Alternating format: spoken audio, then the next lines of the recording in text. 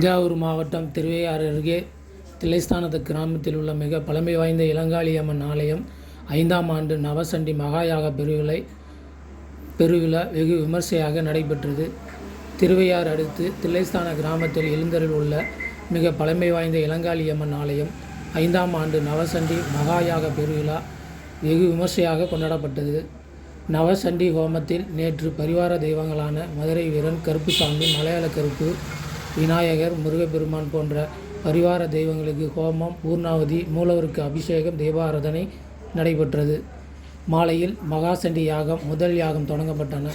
2ஆம் மகாசண்டி யாக ஹோமத்தில் ஸ்ரீ மகாகாளி சண்டிகா அத்தியாயம், ஸ்ரீ மகாலட்சுமி சண்டிகா அத்தியாயம் என 13 அத்தியாயங்கள் நிறைவேற்றப்பட்டதில் பட்டுப்புடவை, மூல மந்திர ஹோமம், பிரம்மச்சாரிய பூஜை, தம்பதி பூஜை, வடுக பூஜை, சுகாசினி பூஜை, கன்னியா பூஜை, திரவிய வஸ்திரா ஹோமம், பட்டு வஸ்திர ஹோமம், கடம் புறப்பட்டு திருக்கோவிலின் பிரகாரங்கள் மேலதள வாத்தியங்கள் முழங்க உலா வந்து மூலமூர்த்திகளுக்கு கட அபிஷேகம், மகா பூர்ணாதி தீபாராதனை நடைபெற்றது. இதில் ஏராளமான பக்தர்கள் கலந்து கொண்டு சண்டி ஹோமத்திற்கான காணிக்கையாக புடவை, பட்டுப்புடவை, தாலி, பழங்கள் வகைகள், வெள்ளி கொலுசு, மூக்குத்தி, வெள்ளி ஊஞ்சல், குடை போன்றவற்றை கொடுத்து இறைவனை அருளை பெற்று சென்றார்கள். ஐயா இறை நாமா சொல்லுவார். இறை நாமா சொல்லும் பொழுது நீங்க எல்லாரும் ஜெய ஜெயான்னு சொல்லணும். சொன்னா அது மகத்தான புண்ணியம். இப்ப யாருக்கோ வெற்றி கோஷம் போடுறோம், ஐயா வாழ்க, அவங்க எல்லாம் கை விட்டுருவாங்க. நம்ம இளங்காரி இன்னும் கைவிட மாட்டாங்க நம்மள. இப்ப என்ன பண்ண எல்லாரும் ஜெய் மகாகாளிகே, ஜெய ஜெய ஜெய மகாமாயே அப்படி சொல்லணும். எப்படி சொல்லணும்? அத மாதிரி சொல்லணும். சொல்லாம எல்லாமே இல்ல கை எடுத்து கும்பிடுங்க, சொல்லுங்க. ஜெய ஜெய ஜெய மகாமாயே, ஜெய ஜெய ஜெய துக்காபஹாரே, ஜெய ஜெய ஜெய வழிபடா பஹாரே, ஜெய ஜெய ஜெய மதுரை ஜெய ஜெய சகலகார் ஜெய பிரதே, ஜெய ஜெய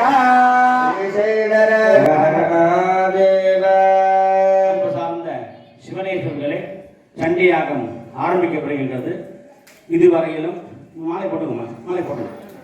இதுவரையிலும் விநாயகர் பூஜை, புண்ணியாக வாஜனம், பஞ்சகவிய பூஜை, எல்லாமக காளி மகாகாளிக்கு நவாவரண பூஜை மற்றும் அக்னியிலே யாகம் நடைபெற்று இப்பொழுது இந்த 700 மந்திரங்களையும் ஜபம் செய்தோம். நேற்றைய தினம் 700 மந்திரங்களையும் ஜபம் செய்தோம். இந்த ஜபத்தில் ஒரு பங்கு 10 தடவை பாராயணம் பண்ணா ஒரு தடவை ஹோமம் பண்ணணும். அதான் நவசண்டி யாகம்னு பேரு. இப்ப நேற்று பாராயணம் முடிச்சிட்டோம், இன்னைக்கு ஹோமம் பண்ண போறோம். அதை 13ஆம் பட்சி பண்ண போறோம். ஒவ்வொரு அத்தியாயத்திற்கும் உபயம் சங்கல்பம் பண்ணப்படும். இந்த வாட்ஸ்அப் மூலமாகவோ நேரில் கொடுத்த 1000 ரூபாய் 2000 ரூபாய் சங்கல்பம் பண்ணப்படும். சமயம் நான் சொல்றேன், அங்கே போய்க்கலாம் எல்லாருமே. இப்ப முதல்ல உள்ள மகாகாளி சண்டிகைக்கு யாகம் தொடங்குகின்றது. முதல் காளி மகாகாளி.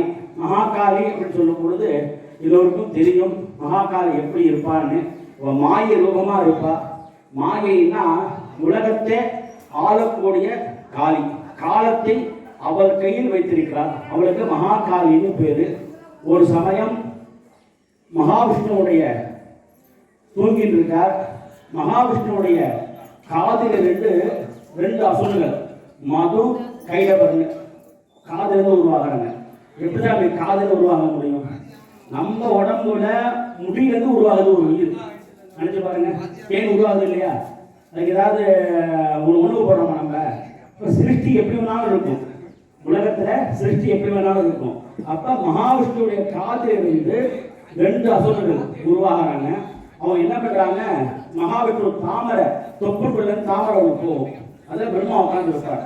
தாமரை நஞ்ச வழியா மேலே ஏறி பிரம்மாண்ட சண்டை போடுறாங்க. பிரம்மா ஜெயிக்க முடியல. இப்போ மகாவிஷ்ணுவை எழுப்புனாதான் இந்த அசுரம் அழிக்க முடியும். அப்படிங்கிறதுக்காக மகாவிஷ்ணு என்ன பண்றார், மாயைங்கிற காளி பிடிச்சிருக்கா.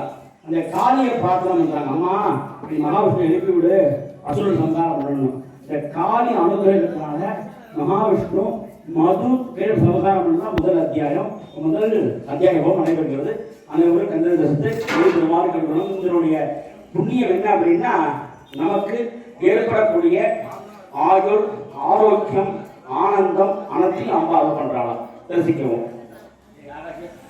இந்த பாட்டு அங்க அவன் பாத்துமா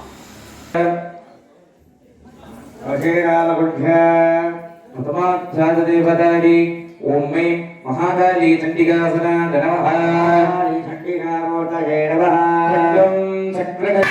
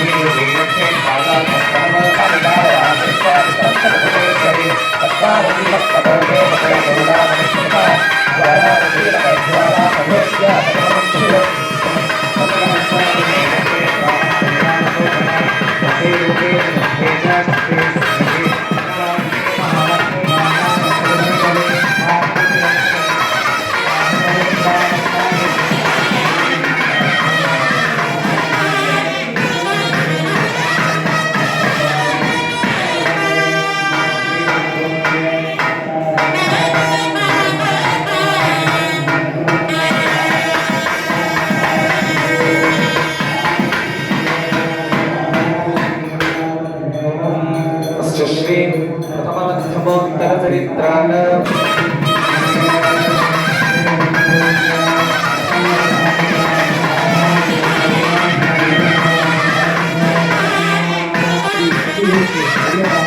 மாதுளம் பழத்திலான மகாபூர்ணாவதிகள் நடைபெறுகிறது.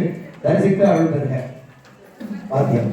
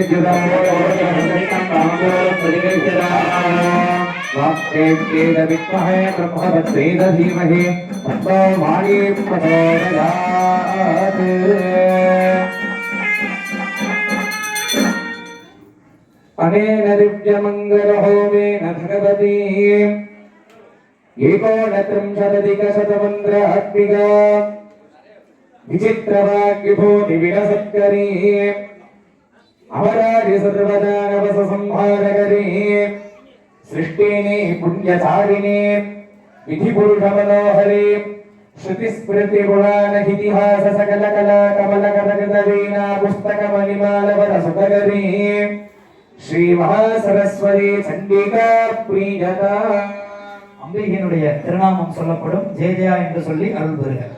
जय महासरस्वती जय सीतां सुतुल्य प्रभे जय गौरी देव समुद्भवे सकल विद्या प्रदे जय सकल कला वल्लभे जय सकल विद्या मारंगदे सकल कार्य जय प्रदे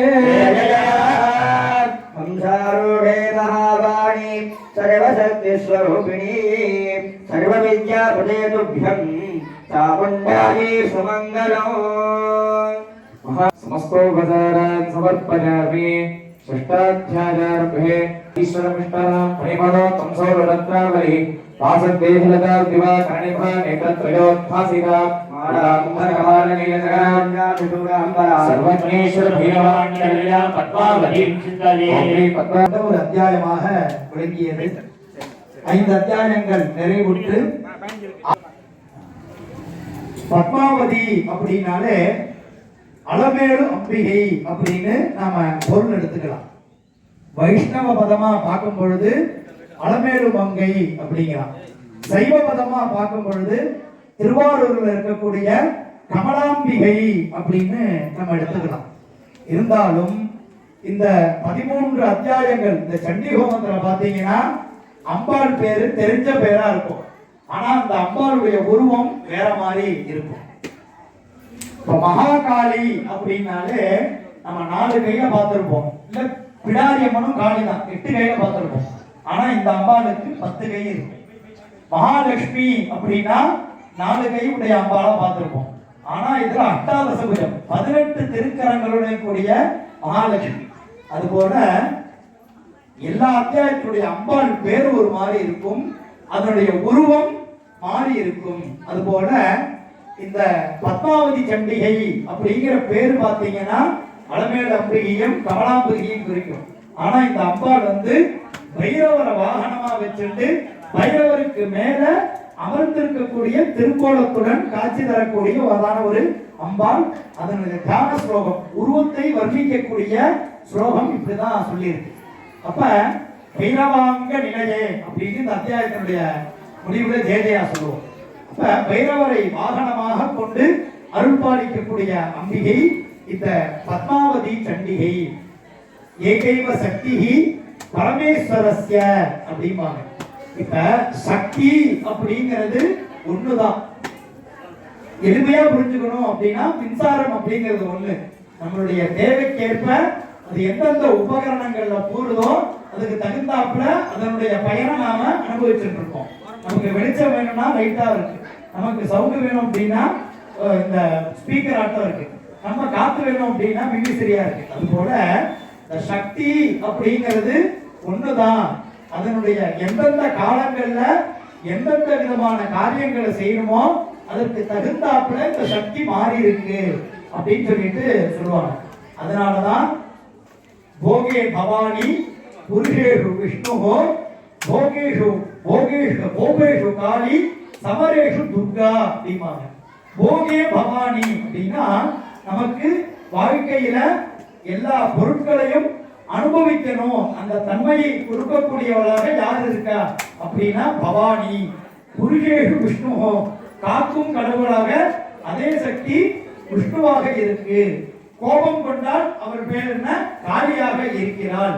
சமரேஷு துர்கா சமஹார காலங்கள்ல அதே சக்தி துர்கையாக இருக்கிறாள் அப்படின்னு நமக்கு ஸ்லோகங்கள்லாம் உணர்த்துகிறது.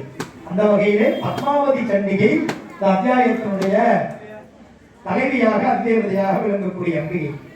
இந்த அத்தியாயத்திலே பேசக்கூடிய கதை என்ன அப்படின்னா தூபலோச்சனன் அப்படின்னு ஒரு அசுரன். வரக்கூடிய அத்தியாயங்கள்ல சுப்படி சும்பன்னு சம்ஹாரம் பண்ண போறா.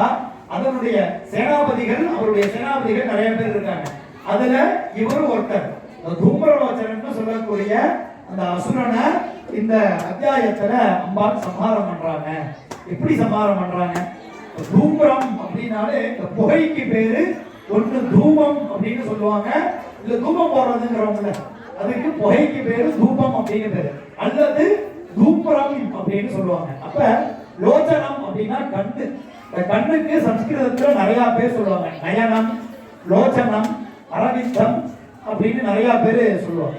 அப்ப அவனுடைய கண்ணு பார்த்தேன்னா ஒரு புகை மண்டலம் எப்படி இருக்குமோ அதனை ஒத்த கண்ணை உடையவன். அதனால அவன் பேர் என்ன? தும்பரலோச்சனன் அப்படின்னு பெயர். அவன் அம்பாள் எப்படி சம்ஹாரம் பண்றதாக இந்த அத்தியாயம் சொல்கிறது.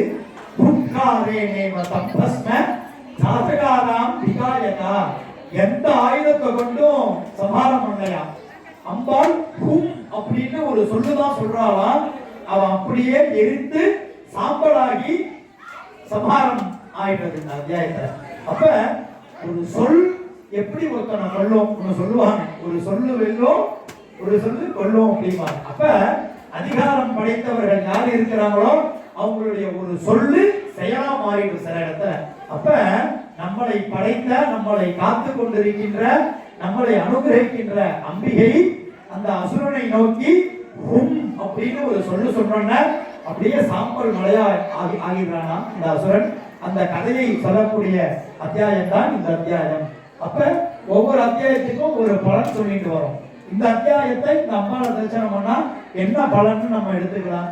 திருஷ்டி தோஷங்கள் எல்லாம் விலகும், சத்ரு உபாதைகள், ஆபிச்சாரம்னு சொல்லக்கூடிய தில்லி சூன்யங்கள் எல்லாம் விலகும். எப்படி அப்படின்னா, ஏன்னா இந்த அத்தியாயத்தோடு பைரவரும் சம்பந்தப்பட்டிருக்க. யார் அம்பாள் சம்ஹாரம் பண்றா? லோச்சனம்னு சொல்லக்கூடிய அந்த புகை மண்டலம் உடைய அந்த அசுரனை சம்ஹாரம் பண்றாங்க. ஒண்ணும் இல்ல, திருவையாறுல போனோம்னா ஆட்கொண்டாருக்கு முன்னாடி குங்குளியத்தை வாங்கி போடுவோம். குங்குளியம் வாங்கி போட்டா கந்திருஷ்டிலாம் விலகும். நிறைய பேருக்கு தெரிஞ்சிருக்கும். வீட்டுல இந்த விஷ தத்துக்கள்லாம் வராது. இன்னொன்னுக்கும் ஒவ்வொரு காரணங்கள் நிறைய உண்டு. அது போலவே திருஷ்டி தோஷங்கள், சத்ரு உபாதைகள், அந்த ஆபிச்சார தோஷங்களை எல்லாம் நிவர்த்தி செய்து நமக்கு அருளக்கூடிய அம்பிகையாக இந்த அத்தியாயத்திலே பத்மாவதி சண்டிகையானவள் அருள் பாலிக்கிறார். வெறும் 24 ஸ்லோகம். இந்த 13ஆம் அத்தியாயத்திலும் மிக குறைந்த மந்திரங்களை உடைய அத்தியாயம் இந்த அத்தியாயம்.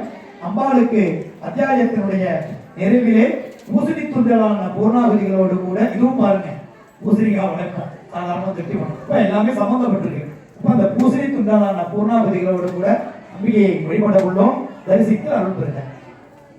ஓம் நமஸ்சண்டிகாரி ஓம் ரிஷிருவாச ஸ்வாஹா வித்யாகன்யவதோ தேவ்யா சுதோ வர்ணமூலிகः சமாசித்த சமாகம்ய தைத்தராஜாதி விஸ்தரா மகன்யாசுராக்கः சுரோதங்காலிகானாமதிகம் துரோஜம் சாயம் பிரலோசனாசுக்கும் சஹா கண்டவ்யமரோவாதி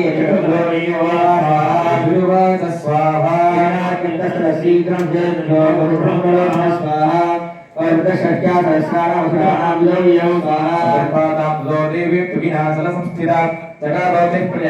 मूलम शुंभल शुंभज स्वाहा भगवती पत्रतारवैषणी दोबलान्याम्येष देयालयबलां स्वाहा स्वाहा कृष्णेन भगीरबलां संपदः बलादेशमादेवं दत्तिप्रेमं स्वाहा स्वाहा तस्वभिरावता वसुरमुद्रलोचनः कुंगारेणैव ब्रह्मस्व साधकाराम्बिका स्वाहा महासिन्य वसुर अनाथाम्बिका पवर्षसादि रेप्तिक्षे तथा शक्ति परश्वथै स्वाहा रोदशकर्कोवा दुर्वाणा संसभेवं स्वाहादर्भेणाया सिंहोलेकासुराः स्वाहा करप्रहारेण दैत्यानास्येन सापरान् आक्रम्य च धरेणान्या सदघानमहासुरान् स्वाहा एषाचित्पादयावासरक्षी कोष्ठानि केसरे सादलप्रहारे अपोदृभ्यं कोष्ठादज्ञेषां धतकेसर स्वाहा अनेन तत्परं सर्वं क्षयमीकं महाकरा येन केसरिनादेव्या वाहनेनादिगोपिना स्वाहा नमस्रं देव्या निकटं सुप्रलोभनम् वनं सक्षितं कस्रं देवी केसरिना तत स्वाहा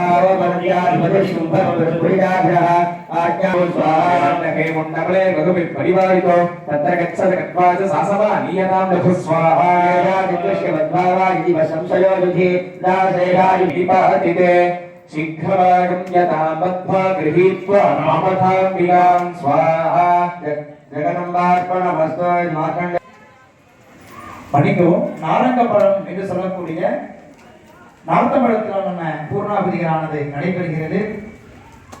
அம்பிகை பத்மாவதி கண்டிகைக்கு உரியதான பூர்ணாபதி பழமாக நார்த்தமடத்திலான பூர்ணாபதிகளோடு கூட அம்பிகையை வழிபட உள்ளோம். தரிசித்து அருள் பெறுவோம். பார்க்கலாம்.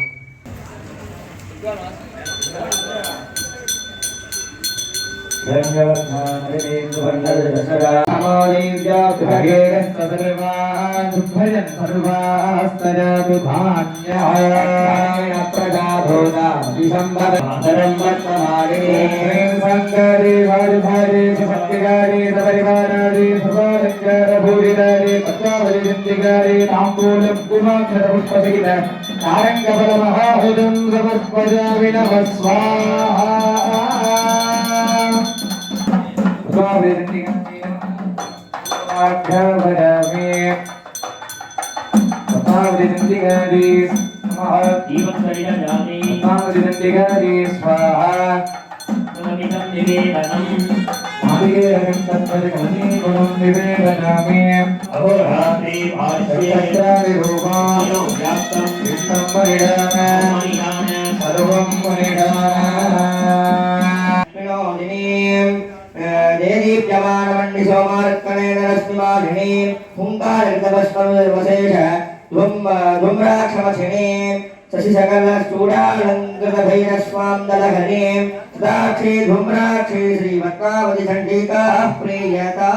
அம்பிகையினுடைய திருநாமம் சொல்லப்படும். ஜெய ஜெயா என்று சொல்லி அருள் பெறுக.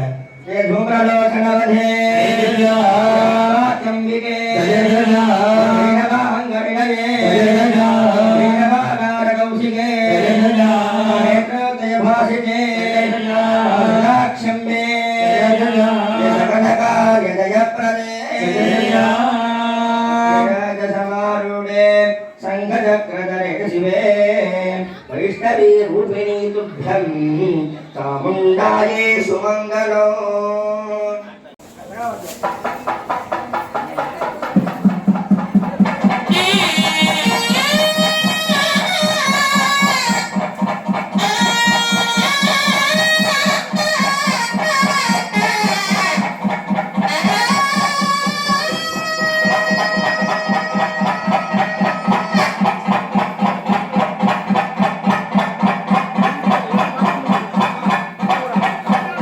ஏழாவது அத்தியாயம். இந்த அத்தியாயத்தினுடைய தலைவியாக விளங்கக்கூடிய அம்பிகை ராஜமாதங்கி என்று சொல்லக்கூடிய அம்பிகை அல்லது ராஜசியாமலா என்று சொல்வார்கள். சியாமம் அப்படின்னாலே பச்சை நிறத்தை குறிக்கக்கூடிய ஒரு சொல். அப்ப இந்த ராஜமாதங்கி எப்படி இருக்காங்க அப்படின்னா பச்சை நிறத்தில அம்பாளுடைய அங்கம் முழுவதும் பச்சை நிறம் கொண்ட அம்பிகையாக காட்சி தருகிறார். மதுரையில் இருக்கக்கூடிய மீனாட்சிய நம்ம பார்த்திருப்போம். எப்படி வரைஞ்சிருப்பாங்க படத்துல, ஃபுல்லாவே பச்சை நிறத்துல இருக்கக்கூடிய அம்பிகையாக தான் நம்மளுக்கு காட்டியிருப்பாங்க. அது போலவே இந்த அம்பாலும் அந்த அம்பாலும் வேற வேற கிடையாது.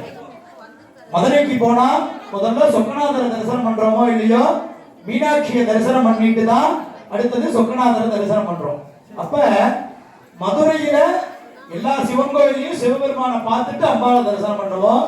ஆனா மதுரையில மட்டும் மீனாட்சியை முதல்ல தரிசனம் பண்ணிட்டு அதன் பிறகு சொக்கநாதரை தரிசனம் பண்ணுவோம். அப்ப மதுரை அப்படின்னாலே மீனாட்சி, அங்க யாரு ராணி அப்படின்னா அம்பாள் தான். அப்ப ராஜமாதங்கி அப்படின்னு சொல்லக்கூடிய அம்பிகை தான் இந்த அத்தியாயத்தினுடைய தலைவி. அதுபோல மீனாட்சி அம்பிகை கையில் என்ன இருக்கும், கிளி வச்சிருக்கும். சூகம் அப்படின்னு பெயர். அந்த பச்சை கிளியோடு அதே போல பச்சை நிறத்திலே கையில பாத்தீங்கன்னா வீணை வச்சுட்டு வாசிச்சுட்டு இருப்பாங்க. நம்ம சரஸ்வதி கையில மட்டும்தான் வீணை பார்த்திருப்போம். ஆனா ராஜமாதங்கியும் வீணையை மீட்டி கொண்டிருக்கின்ற ஒரு உருவமாக நமக்கு அருள் தருகிறார். இந்த ஒவ்வொரு வீணைக்குமே ஒவ்வொரு பேர் உண்டு. இந்த ராஜமாதங்கி கையில் உள்ள வீணைக்கு பெயர் பார்த்தீங்கன்னா வல்லகி அப்படிம்பாங்க. சரஸ்வதி கையில் இருக்கக்கூடிய வீணைக்கு பெயர் கச்சபி அப்படிம்பாங்க. அது போலவே நாரத பெருமானும் ஒரு வீணை வச்சிருப்பாங்க, அதற்கு பெயர் மகதி அப்படிம்பாங்க. அப்ப இந்த ராஜமாதங்கி சண்டிகை நம்ம வழிபட்டா என்ன கிடைக்கும் அப்படின்னா, இதனை மூலமந்திரத்திலேயே வரும். சர்வஜன வசங்கரி, சர்வஜன மனோகரி, சர்வ துக்தமிழ வசங்கரி அப்படின்லாம் வரும். வசீகரணத்தை கொடுக்கக்கூடிய ஒரு அம்பிகை, ராஜாங்க சம்பந்தமாக அரசு சம்பந்தமாக இருக்கக்கூடிய காரியங்களிலே வெற்றியை தரக்கூடிய அம்பிகைக்கு பெயர்தான் ராஜமாதங்கி என்று சொல்லக்கூடிய அம்பிகை. இந்த அத்தியாயத்திலே பேசக்கூடிய கதை என்னன்னா, சண்டன் முண்டன் அப்படின்னு சொல்லக்கூடிய 2 அசுரர்கள். இவங்களும் இந்த சுப்படி சுப்பனோட ஒரு படை தளபதியாட்டம். அந்த 2 அசுரர்களையும் அம்பிகை சம்ஹாரம் செய்கிறார்கள். அதனாலதான் இந்த அம்பாளுக்கு பேர் என்ன, சண்டிகா அல்லது சாமுண்டா அப்படிம்பாங்க. சாமுண்டேதி ததாலோகே கியாமாதேவி பவிஷ்யதி அப்படின்னு இந்த அத்தியாயத்தினுடைய நிறைவிலே ஒரு மந்திரம் வரும். சண்டமுண்டன வதம் செய்ததனால இந்த அம்பிகையின் திருநாமம் சண்டிகை அப்படின்னு இந்த உலக பிரசித்தியாக மாறியது அப்படின்னு சொல்லிட்டு இந்த ஒரு மந்திரம் வரும். அப்ப இந்த சண்டமுண்டனை சம்ஹரித்து அந்த கதையை பேசக்கூடிய ஒரு அத்தியாயம் இந்த அத்தியாயம். இந்த அத்தியாயத்திலே மாதங்கியாக நமக்கு எல்லாம் அருள்பாலிக்கிறார். சாதாரணமா ஒரு கணபதி ஹோமம் பண்றோம் அப்படின்னா இந்த மூலிகை திரவியங்கள்லாம் போடுவோம், பூர்ணாகுதிய ஒரு தாம்பாளத்துல வச்சு அந்த இதை மட்டும் போடுவோம். ஆனா இந்த சண்டி ஹோமத்துல மட்டும்தான் பாத்தீங்கன்னா மரத்துல வச்சு இந்த எல்லா மங்கள திரவியங்களையும் அக்னியில சமர்ப்பணம் பண்றோம். வருடா வருடம் இதே மாதிரிதான் பண்ணிட்டு இருக்கோம். இது 5ஆம் வருடத்தினுடைய சண்டி யாகம். அப்ப எதனால மரத்துல போடுறது அப்படின்னா, இந்த தானியத்தை சுத்தம் செய்யறதுக்கு 2 விதமான உபகரணங்கள் நாம வீட்டுல உபயோகப்படுத்துவோம். ஒண்ணு சல்லடை, இன்னொன்னு முறம். இந்த சல்லடைக்கும் முரத்துக்கும் 2 குணம் உண்டு. பாத்தீங்கன்னா சல்லடை என்ன பண்ணும், ஒரு தானியத்தை போட்டு சலிச்சோம்னா அந்த தூசி கல்லெல்லாம் தன்னகத்தே வச்சுக்கிட்டு நல்ல தானியத்தை கீழே விட்டுரும். ஆனா இந்த முறம் பாத்தீங்கன்னா உடைக்கிறப்ப கெட்டதெல்லாம் வெளில போயிடும், நல்லதை தன்னகத்தே வச்சிருக்கும். அதுபோல நாம் செய்த பாவங்கள் அனைத்தும் நம்மளை விட்டு அகல வேண்டும், நம்மளுடைய புண்ணிய பலன் நம்மள்கிட்ட மட்டுமே இருக்கணும். அதனாலதான் இந்த முறத்துல வச்சு சண்டிகோமம் பண்றோம் அப்படின்னு சொல்லி எங்க குருநாதர் சொல்லுவார். அது போலவே அதனாலதான் இந்த முறத்திலே ஒவ்வொரு அத்தியாயங்களுக்கும் உரியதான யாகங்களானது நடைபெறுகிறது. மேலும் இந்த அத்தியாயத்தினுடைய நிறைவிலே பூசணி துண்டினாலான பூர்ணாகுதிகளோடு கூட அம்பிகையை நாம் வழிபட உள்ளோம்.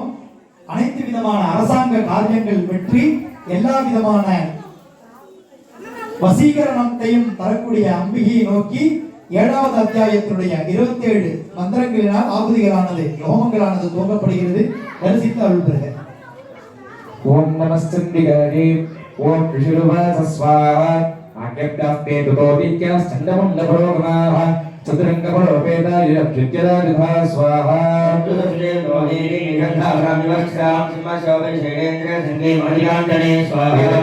சமாதாபமுத்யமம் சக்ருத்யதாஹ ஆக்ருஷ்டசாபாசதா ததாகே தத்சமீபகா ஸ்வாஹா ஓம் சகாரோச்சே அம்பிகா ராணீபதி ஓகேஷாஸ்யாவதனம் மஹீபர்ணமபூததா ஸ்வாஹா குடிலாதஸ்ய லலாக பலகாததம் காளீகரால வதனா ரிஷ்காந்தாசிபாஷினி ஸ்வாஹா விபூஷணா விவிதரகமரீதானா விக்ரமம் சாலிதேவா ஸ்வாஹா வதனா திக்வாலரணபீஷண நிமக்னாரக்தநயனா நாதா பூரிதவிங்முகா ஸ்வாஹா தேவேனாதிபதிதா விசாதயந்தி மகாசுராண சைன்யே தத்ரசுராரீணா உபயசிதத்பரம் ஸ்வாஹா கிராஹகசக்ராஹி தோடகண்டா சமன்விதார சமாராஜேக அஸ்தேன முகே சிக்ஷேபவாரணா ஸ்வாஹா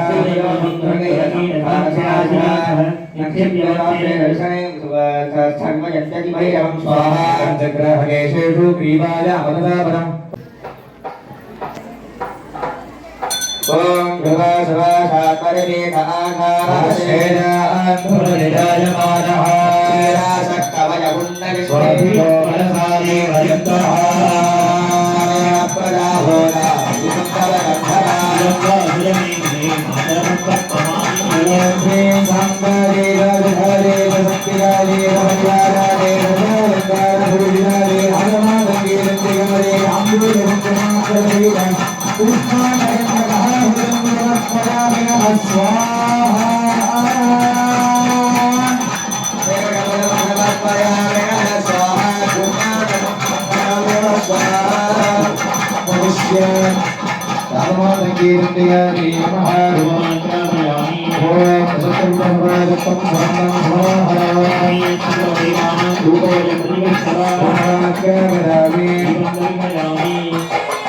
ஸ்ரீபலமாணிக்கம் நகரவி இளஞ்சிடம் கபூரஜோதி வந்திருக்கம் அம்பூரம் திருவிட்டரா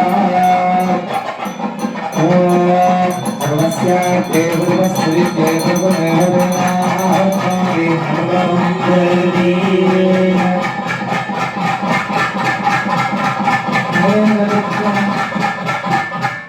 अनेन दिव्यमङ्गलहोमेन भगवती सप्तमाध्यायदेवता मत्तवादङ्गकलहंससंयुक्तमदङ्गगमनः मध्याबोधभरभरितमुण्डरत्नापूर्णबिम्बाधरवदनः ज्वलत्सौन्दर्यसन्दोहबन्धीकृतरतिमदनः नीलोत्पलनीलाकाशश्यामसौन्दर्यवदनः रत्नकिङ्किणिमणिजालरसना श्रीराजमातङ्गी चण्डिका प्रीयता